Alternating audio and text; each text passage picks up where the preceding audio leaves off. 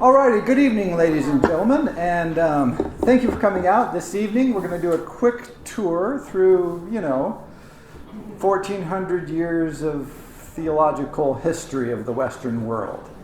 In my mind, philosophical history stops with the fall of the Roman Empire and begins again during the Renaissance.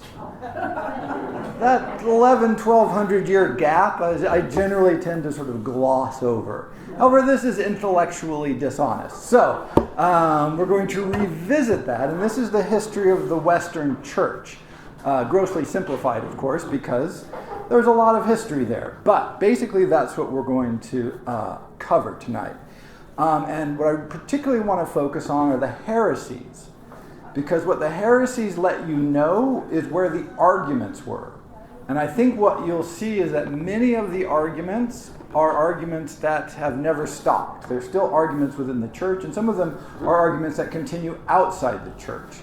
Because I mentioned on the first of these lectures, I said, what's the difference between philosophy and theology? I said philosophy starts with a question. And then goes from there. Theology starts with an answer. The answer is God, and then goes from there. So what you get when you do theological history is everybody knows what the answer is, but they disagree about what the answer means. And so it's this weird displacement where you get a lot of the same questions, but because it's metaphysical, meaning there's no way to answer it because, or to resolve a dispute, because the only thing you're appealing to is this figure of God of some flavor. And so what you argue about is the nature of that figure, because if you can get that worked out, then everything flows from there. So you end up doing a lot of circles in theology. But I think you'll see why some of these questions remain with us and will probably always remain with us. So some key dates, and this is sort of vaguely the history of the Catholic Church. Or the first couple of centuries of Catholic Church. So in 313, legalization of Christianity under Constantine. Originally, Christianity was illegal, so you could be persecuted for practicing Christianity. And a lot is made about the persecution of the Christians in history. The Romans weren't all that busy persecuting Christians. They had a lot of other people they wanted to bother. So that can be overblown. And then, so 325 to 800, you get a whole series of attempts to organize the church. They have like the Nicene Council. They have all these really big meetings. And all the various cardinals and bishops and religious figures would gather and argue about who got to say what to whom and who was in charge and what did it all mean. And so it was an organizational time, but the problem is if you pissed off too many people, then they would form a schism, and then the church couldn't survive that. So it was a lot of argument, a lot of fighting, a lot of internal persecution. The first thing, of course, they did when they took power in Rome was start persecuting people they disagreed with. So that went on. And then right around 900 to say 1300-ish, or 1200, the Catholic Church had become sufficiently well placed in the political and civic and, of course, religious life of sort of continental Europe, that they began to really systematically consolidate power. They started forming the strong hierarchy. They started to be more strict about enforcing the rules wherever they could. They successfully intervened in all kinds of civic arrangements until, by the height of the 1200s or so, everything more or less ran through the Catholic Church in a way that's hard for us to understand, but when you were born, you were baptized. If you weren't baptized, you didn't count, essentially. I mean, you didn't practically exist legally. I mean, not just sort of culturally, but legally. You sort of were a non-entity. Your marriage licenses, if you wanted to get married, you had to go through the church to get permission to marry. What you ate, where you went to church. I mean, land swaps. It's important to remember the Catholic Church controlled by this time immense percentages of the land in Europe. It varies depending on the country you're in. 15 to 20% of the land to 30, 40, maybe even 50% of the land in some areas. But huge percentages of the land. They controlled trade. They had rules about taxation. It just was in every aspect of life was involved with, related to, or appealed to the church. for various kinds of rulings, interventions, concepts, the whole program. And then from 1200 to about 1520, you get the beginning of the Inquisition around 1200. And that was the Franciscans and Dominicans were the two sects that were really busy enforcing the Inquisition. In Spain, it was the King of Spain as much as the Catholic Church, but outside of there, it was a lot to do with the Franciscan, the Dominicans enforcing the power of the Catholic Church, of course, which aggrandized power to their sects. And then, of course, that rolls into the Reformation at which everything blows up. So we're going to talk about what happens later, but that's roughly the timeline we're going to be talking about until the very end. So, a period of formation, the 300s, consolidation and organization of what it means to be Catholic. This is, think, 300 to say, 900. And then a consolidation of the power of the church within the civic and political structure of the state, or many states, by the way. So, what were some of the debates going on? So, the earliest one is probably Gnosticism. So, Gnosticism had a huge influence on early Christianity, Neoplatonism, all kinds of things. And it was this argument that said that the God of the Bible is actually a demiurge. He's the wrong God. Do not worship that God. That the creation of the world is kind of a mistake. And we were misled into this. Sort of the God of the Old Testament was sort of the bastard child of Sophia, the goddess of wisdom, herself who was sort of a child of the actual unknowable, eternal, temporal, powerful, all-knowing, all-seeing, ineffable God of history. There's some chairs right back there on your left. Feel free to grab those. Okay. And that concept of an all-knowing, all-seeing, yet untouchable, sort of incomprehensible God, that's the core of Gnosticism, is essentially the God you end up with in Christianity by about, say 1700. Right? There's a big concept of this ineffable nature of God, the Spirit of God. Some scholars have said when you hear about the Holy Spirit, this is an attempt to incorporate Gnostic ideas into the Christian church. But what's happened is we each within us have a spark of the ineffable God that made the universe. And the only way to know what's true is to look within yourself. And then when you've looked within yourself, you'll discover the truth and you can share that with people. So it was sort of a mystery religion because it was just shared concepts from internal meditation that gave you access to the truth. Now, if you're trying to create a hierarchical church, this is no good, right? Because the only way you can access the truth is by looking inside of yourself, and that makes it hard to sort of create a bunch of rules. It also makes it very hard to organize. It also means, as you may guess, Gnosticism is incredibly diverse. There was not a Gnosticism. But there are a bunch of related concepts all around this history that says that the Bible is the document of somebody who's trying to trick you, particularly the Old Testament. And they said if you read the Old Testament, it just seemed obvious to them that that's not a good God. Right? They're like, look at the stuff's going on. Killing people, drowning everybody. That doesn't seem very friendly. So, they just thought it was clearly a document of the God you're not supposed to pay attention to. So you had to get rid of the Gnostics, and so there was a long-running battle. If you look around the Christian world, about 300, the Gnostics you would think were probably going to win. But they didn't for the very obvious reason that they can't organize themselves.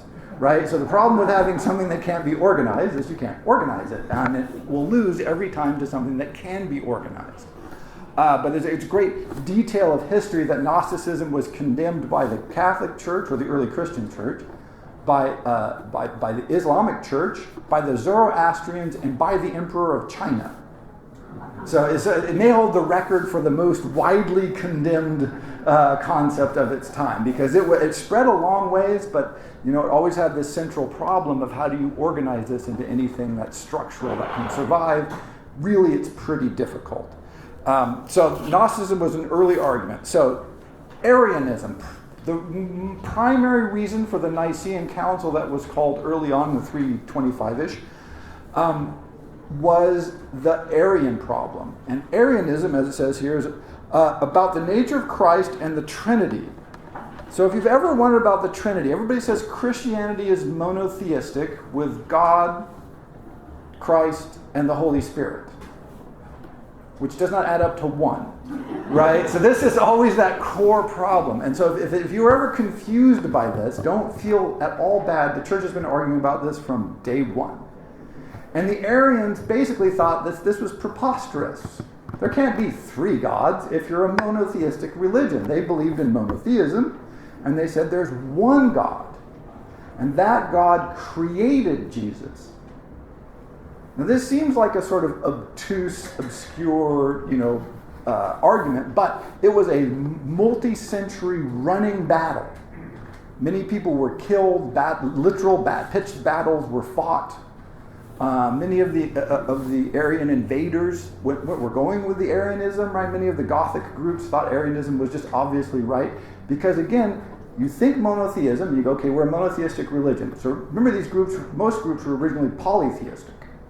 And so you convert them to monotheism and said, three gods. And they're like, no, you said one. We're going with one.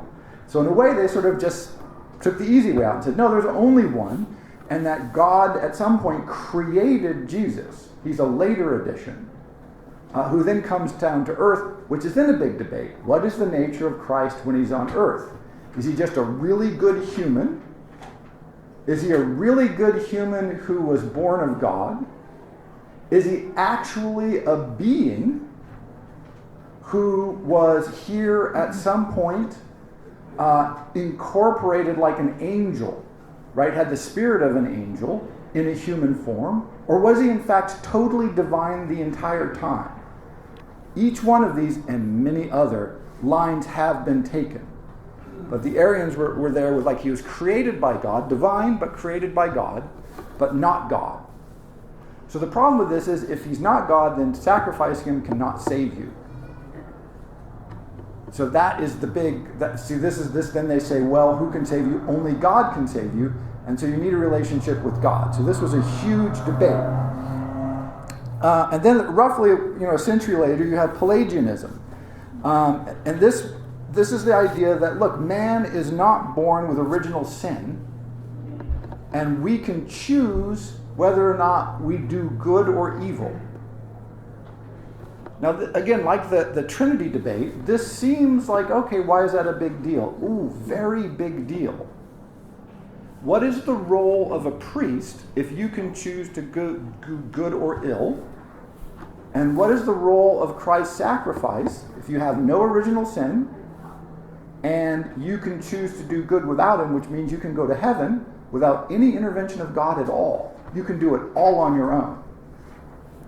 So at this point, you don't need a church and you don't need Christ, because what you need to do, get to heaven, you can do all on your own. Hard, difficult, it's nice if God helps you. So they're clear with that. But it was this notion that God created us with free will. By the way, this is a very limited kind of free will. People also talk about Pelagianism, about this like huge liberation of humankind have free will. It's important to note that generally people have been assumed to have free will. Then the Catholic Church said, no, you don't. And then Pelagius said, you do in a very limited sense. So within the context of the Catholic Church and the early church fathers, it was a bit of free will. Within the context of the history of humanity and culture, that's not very much free will at all. So depending on where you start is how much free will it seems like you're getting out of this deal. But for the church, this is a core strike. If you need to get to heaven in the Catholic Church, you need a priest to help you. You need to go to Mass. You need to be forgiven for your sins, and a priest can help you with that because Christ helped you with that. Pelagianism just doesn't end around that. It says, no, you can do it all on your own. In fact, you don't even need God to help you. Which notice this really raises the stature of humanity. No original sin, you can do it all on your own, versus, well, maybe you don't have original sin, but you need God to help you, all the way to the Catholic line, which is you can only do it with God because you're born wrong. So that this is a big one. So those are three of the very foundational arguments of the early church. And again, each one of these has to be dealt with, or else the church can't organize itself and assert power. How do you get an organized church? Well, you have to get everybody to agree about something. This is going to be very important. We'll come to this. At least people have to act like they agree about it. So you have to go to Mass and pretend like you care. That's fine. But you can't not go to Mass. So people always ask, well, did the ancient Greeks really believe in all these sacrifices to Zeus? We don't know. What we do know is they had to pretend like they did.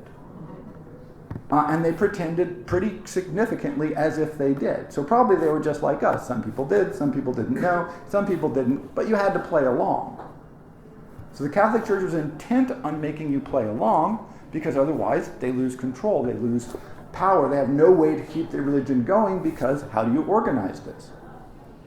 So then I'm just sort of skipping forward, because you get that period of consolidation starting in the 900, like I said, and consolidation means refining this.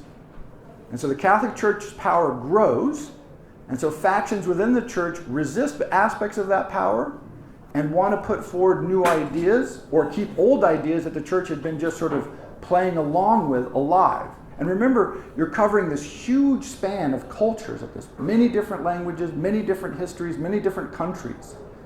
And so again, everybody's sort of playing along like they all agree, when really they had all kinds of variegated ideas. And how many could you keep in the big tent? And so a couple of these, one of my favorites is Catharism. I just love this concept. So there's two gods. The Old Testament God is evil, and the New Testament God is good, and they are at war. Christ is an angel, so there was no actual resurrection. He was never an actual person. It was just an angel sent to earth to help the good God of the New Testament fight the old God of the Old Testament. And again, you can see hints of Gnosticism here. The notion that, the Old Testament God is not very good. And by the way, Gnosticism, I should have mentioned this, predates the organization of the New Testament. So they're earlier than a clear organization of what the New Testament was. So they're really in debate with the Old Testament. And they thought, that doesn't look very good. And so Catharism rolls around and says pretty much the same thing. Hey, look, we like the New Testament stuff. That Old Testament stuff seems a bit crazy. By the way, you get the same thing today. People always say, the Ten Commandments, that's the foundation of Christian theology from the Old Testament. It's like, okay, what else from the Old Testament should we follow? People get very vague about that. Because there's all kinds of crazy things in the Old Testament, like stoning children to death who disagree with their parents. I think it's a good one. It's sort of, basically they stone you to death for everything. Right? It's whatever you step, jaywalking, we stone you to death. Leave people. They have all these rules for, like, if you capture a woman in war, you can make her your sex slave for 14 days, but then you have to shave her head and put her on the street and sell her. Oh my God. Which seems like a good set of rules, right? That seems reasonable. There's all this stuff in the Old Testament that just doesn't seem very friendly. Right? The Old Testament God was not a happy-go-lucky God. Say what else you will about him. But so the Catholics look at this and said, to us, the New Testament God seems really different than the Old Testament God. They like the New Testament God. And so they said, let's go with that. And then how do you explain this? And you say, the Old Testament God is bad, and the New Testament God is good. Again, hearkening back to these Gnostic ideas. One thing this solves is, where does evil come from in the world? If you have an all-powerful, all-knowing, all-seeing God that transcends everything, where does evil come from? Well, that God. Then you have to say, well, why did God create evil? Which seems perverse. So it's a big problem. It's solved quite easily if you introduce another God, in this case the Old Testament God, who's evil, and they're at war. By the way, this is called Manichaeanism, and it's just come up in history. Zoroastrianism has a bit of this in it, sometimes a lot of this. It's another heresy that's been condemned. By the way, these are all heresies that have been condemned by the Catholic Church and people have been killed and burnt for. So that's the list of heresies here. There's a lot more, but these are just some of the fun ones. The Henricians, so this is 1130 to 1180-ish. All these are very loose dates, by the way, because when does one of these movements start? When does it end? It's hard to tell. So the Henricians you can almost think of as early Protestant Reformation because they reject the authority of the central church, the Gospels, openly read as the sole foundation of truth, and they reject almost all organized forms of worship. So for instance, just to give you a hint here, where does truth come from? Again, if it's the New Testament, then it's the Gospels. So can you read the Gospels yourself? Ooh. Once people start to become literate, even a few people, then this becomes the question. Can I read the Gospels for myself? The Catholic Church says no. The Henricians said yes, and so they had to burn them. And so it was a long-running and quite vicious war against them. But eventually the Catholic Church won because it says, look, again, if you get to read the books yourself and decide what truth is, now do you need the Catholic Church? In theory, no. And they were very nervous about that concept, and they tended to push back very strongly with it.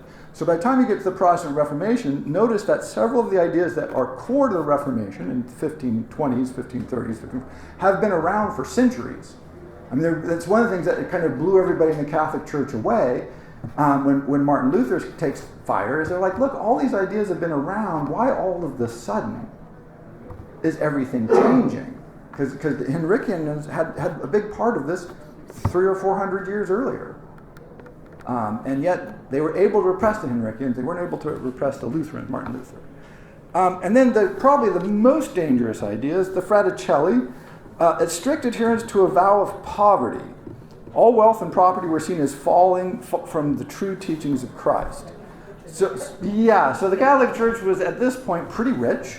As in, wow, was the church rich? And some of the church peoples, they said, well, let's see, if we look at the Old Testament and the New Testament, there's all these things about poverty, give away all your goods, don't worry about the future, do not trust, you cannot worship God and mammon, and the church seemed really into mammon at this point. So they extreme vows of poverty, and that only people who had taken extreme vows of poverty should be able to be priests, and should be able to cater to the needs of the flock. So it wasn't they were against everybody having property, although they did think that would eventually be the best.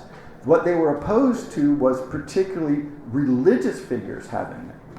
It's like, no, you have to give up everything. That's the mark of your religiosity. And so now notice this is a big threat, because it means that you can't collect money anymore, for instance, which keeps the whole thing rolling. And it really was a direct sort of challenge to the central authority of the church. So that, again, another one that was around. So when we get to Martin Luther, one of his key things was like, look, you can't collect all these indulgences, which are basically taxes, and take all the money away. Now it seems reasonable to us that selling people to get out of jail free cards is sort of crazy. But to the church, it just looked like, look, either we can or cannot collect money, and you're saying we can't. And we can't allow that to happen. The church has to intervene at that point. So that's just a quick review of a whole set of, these are major heresies, by the way. There's a list of 50 or 7 other heretical movements of pretty good size through this period. But I want to end on perhaps one of the more recent ones, which is American liberalism. And this is Pope Leo XIII in 1895 and 1899. He condemned pretty much everything about American liberalism. Separation of church and state, freedom of speech, divorce laws, reliance on reason, the rule of the government over the people rather than God, etc., etc. And I want to stop there and now kind of work backwards, because where we are is not where these people were. Right up until the Protestant Reformation, everybody agreed on what you were arguing about. And that's what we've lost.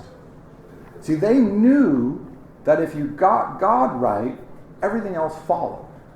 And so they argued really aggressively, sometimes deadly aggressively, about the nature of God and how he should be understood, how it should be interpreted, how do you represent it or not represent it. These theological debates were the core question of everything. So anytime they had a council or a king had a question, or there was a problem or a bridge needed fixing, who did you talk to? You talked to a priest. about everything, because that's where all the answers were. Every appeal went to a theological authority. Even civic laws, this is one of the big debates, always this fissure between where does the rule of law of the state or the aristocracy run into the rule of the church. And for a couple hundred years, the church was pretty dominant. Not absolutely dominant, but kings would follow their lead. They always had to be consulted. You had ambassadors from Rome in every major capital of the world and every minor capital of the Christian world. And anything you did, you always had to scratch your head and go, what does God think about this? How does this relate to the church? How does it, everything had to run through that metric. And so the thinking for 1,000 years of people who were thinking and making decisions revolved around this question. So what about God? That's the question I started with. So what would God say? What would God think? How is God going to respond? And how are the representatives of God going to respond to these questions? And for us, that's just gone. We just no longer have that. And when you look at the encyclical of the Pope, and again, 1895 and 1899, the Pope was saying what has been obvious is like, look, freedom of speech is not a good idea. It says in the Bible you don't have freedom of speech. Freedom of association, not a good idea. Separation of church and state, that's just stupid. That's wrong. All of these core concepts that we have are wrong. By the way, that's because our Constitution was written by people who were educated by the Enlightenment, which was specifically a movement against these concepts. It was an attempt to liberate man from this sort of thinking. And so it's very difficult for us to get our minds back into an environment where whether the Spirit, the Holy Spirit was in fact a separate God or a unitary God or part of Christ or part of God or part of some third thing was worth burning people for and or being burnt for. But if you're in that time, it was the answer to all questions. And so when you read this material, what happens is you realize these people are not dumb. These people are brilliant, highly educated, very insightful, but they always have the same reference point. They can't seem to ever, and it's very frustrating, because there'd be these brilliant arguments, you're reading along, and then you realize, at some point they're just going to stop and say, and then God said this, therefore answer solved. But then somebody else says God said something else. And you go, okay, how do you solve that? Eventually with either coercion, discussion, debate, or force. The heresies are the ones that have to be put down by force. But it doesn't, in the end, it ends up being incredibly frustrating because you never can resolve anything. Because nobody ever agrees about everything. And so it's this endless series of debates. For access, if anybody's interested in getting a flavor of this, I strongly recommend Umberto's Eco, The Name of the Rose. It's a fabulous novel in which he actually transcribes debates from the 11th, 12th, 13th century to characters in the novel. And you think, wow, that's just what a modern concept, that how insightfully argued. And people said this can't actually be real. And he said, no, he was transcribing actual written works and just working them into his novel. So it's like a murder mystery, which is good, in which you never find out who was doing the murdering, by the way. So it's just strange. There's another sort of theological sort of reference there. But it gives him an excuse to just have like 17 different major theological debates happen in one place. And so it's a great way of accessing the thinking. And that was his actual experiment, to access the thinking of a heavily theologically engaged world.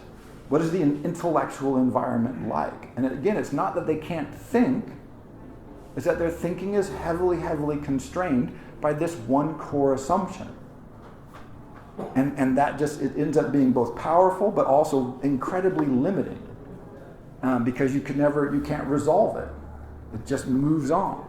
And so that's why when you get to 1899, 1895 with Pope Leo XIII, now it just seems silly. Why? You can't condemn freedom of speech. You can't demean human reason.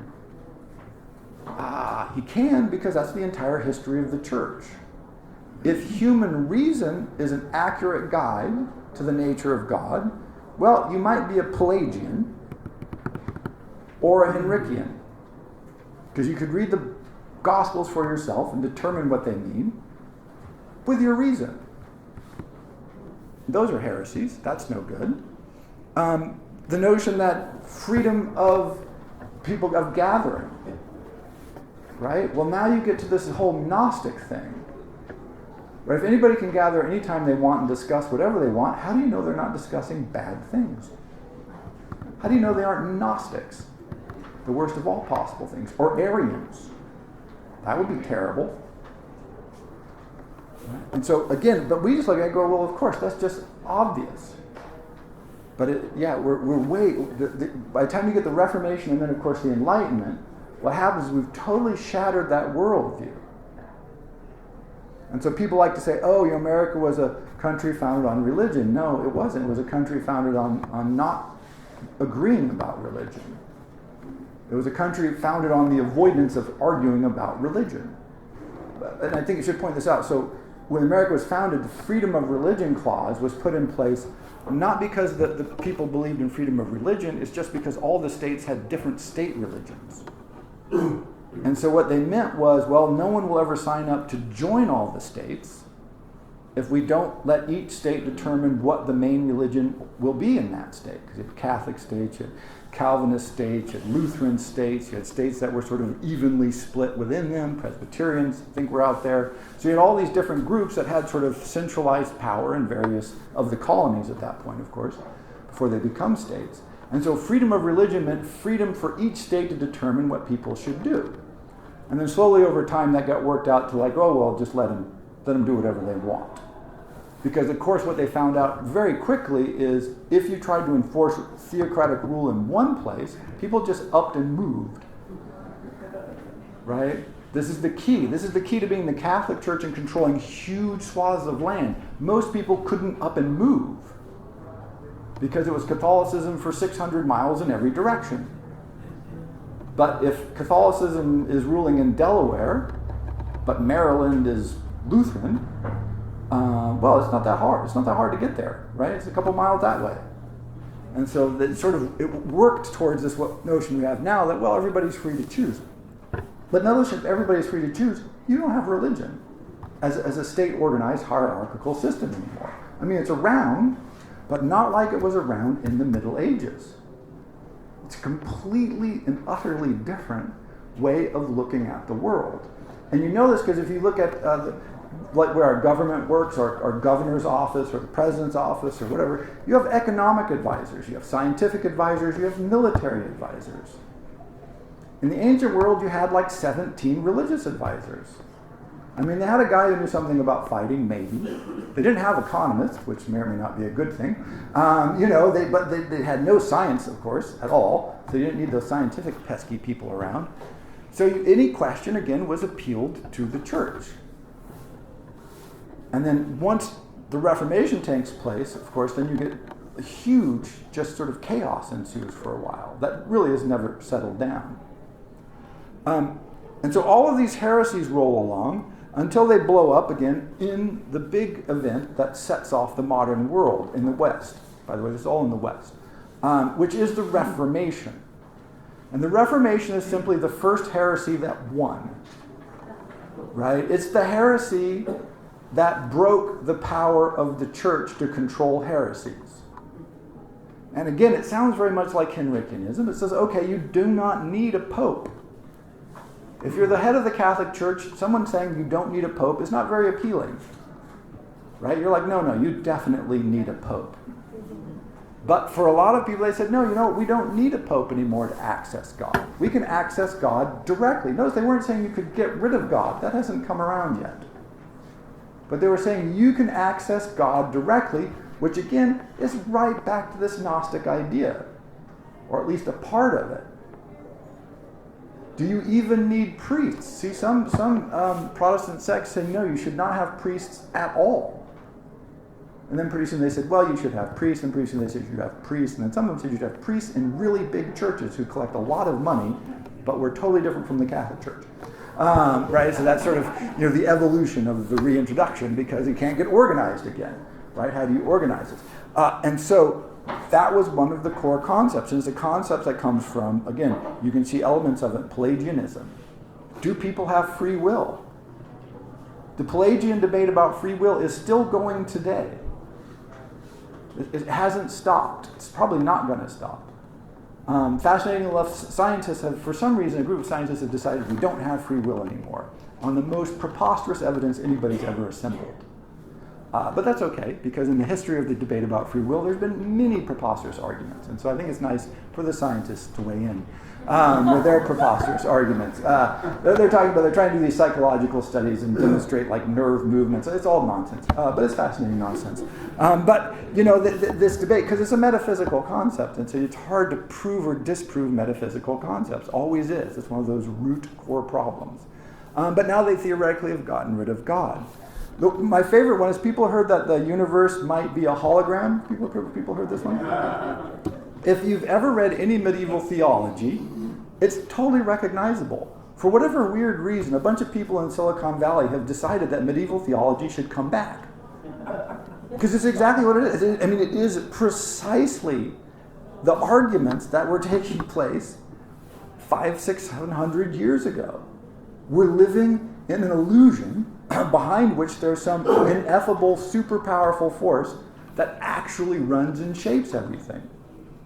And I think, again, the Gnostics, the Pelagians, the Cathars, and the Enrichians would be like totally cool with that.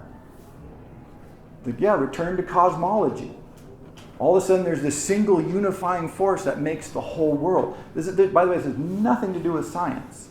It seems to have everything to do with a deep-seated human desire for there to be a simple organizing force that controls the world, which meets the equally deep-seated human desire not to agree with the other humans. And so the nature of that organizing force, we're not going to agree on, right? And so it just seems to be this inevitable, ongoing, relentless argument about these sort of difficult to resolve questions. But important, one thing that the Reformation did, by the way, is it threw off the control elements of the Catholic Church, which were also the social structure of your entire society. So who fed the poor? The Catholic Church. Who had the hospitals? Catholic Church. Who had the money? Catholic Church. If you wanted a loan, where did you go? Often the Catholic Church. Who controlled the farmland? A lot of it, the Catholic Church. Who controlled trade? The Catholic Church. And so when you reform that, or you throw off the rule, it's not like just like, oh, you're not just like, oh, people don't go to that church anymore, they go to that church. You have to work out all the rules of your society anew. See, and that's the difference for us. And I'm always trying to think of an analogy for this, and it's so hard. The only one I can ever come up with is as if tomorrow we had a reform that eliminated money. And we just started to live without it, because it's sort of everywhere. What is something worth? Well, it's money. Do you want to do something? Well, what does it cost? Yeah, it's money. If you want an education, well, that's money. If you want it, right? Our whole relationship to everything is mediated by money in a way it was not in the Middle Ages, by the way. Probably most of the population in their lives would perhaps never deal with a cash economy. People in cities and merchants would, but most people were not in cities or merchants. So they were in trade-based or other kinds of economies, but not a cash economy. But if we eliminated cash, or God forbid, credit cards, where would we be? Everything would be different. It's even hard for us to conceptualize, right? What would that look like? How would we exist? But that's the immense change that took place when you slowly, it took several hundred years, slowly, throw off the medieval mind that was focused on these heresies. And so that's what I'm kind of trying to leave you with. So these list of heresies might seem bizarre or strange or weird. And when you read them, oh my God, they're just mind-numbing. Like, wow, this is what they were killing people about. Yes, because if you got it right, all good things followed. If you could just get the concept of God correct, paradise. Everything is solved. And the movement out of the medieval theological mind is not a defeat of religion, because religion is fine. It's not a defeat of any particular church or schism or concept, because most of them, or at least most of the concepts, are still around doing quite well. Certainly not a defeat of our desire for some sort of religious structure or metaphysical concept to shape our lives, because that seems to be a truly deeply held human need. But it's the defeat of the notion that if I can just get that one concept right, then everything in my life, my community, my family, my world will automatically fall into line and will be great.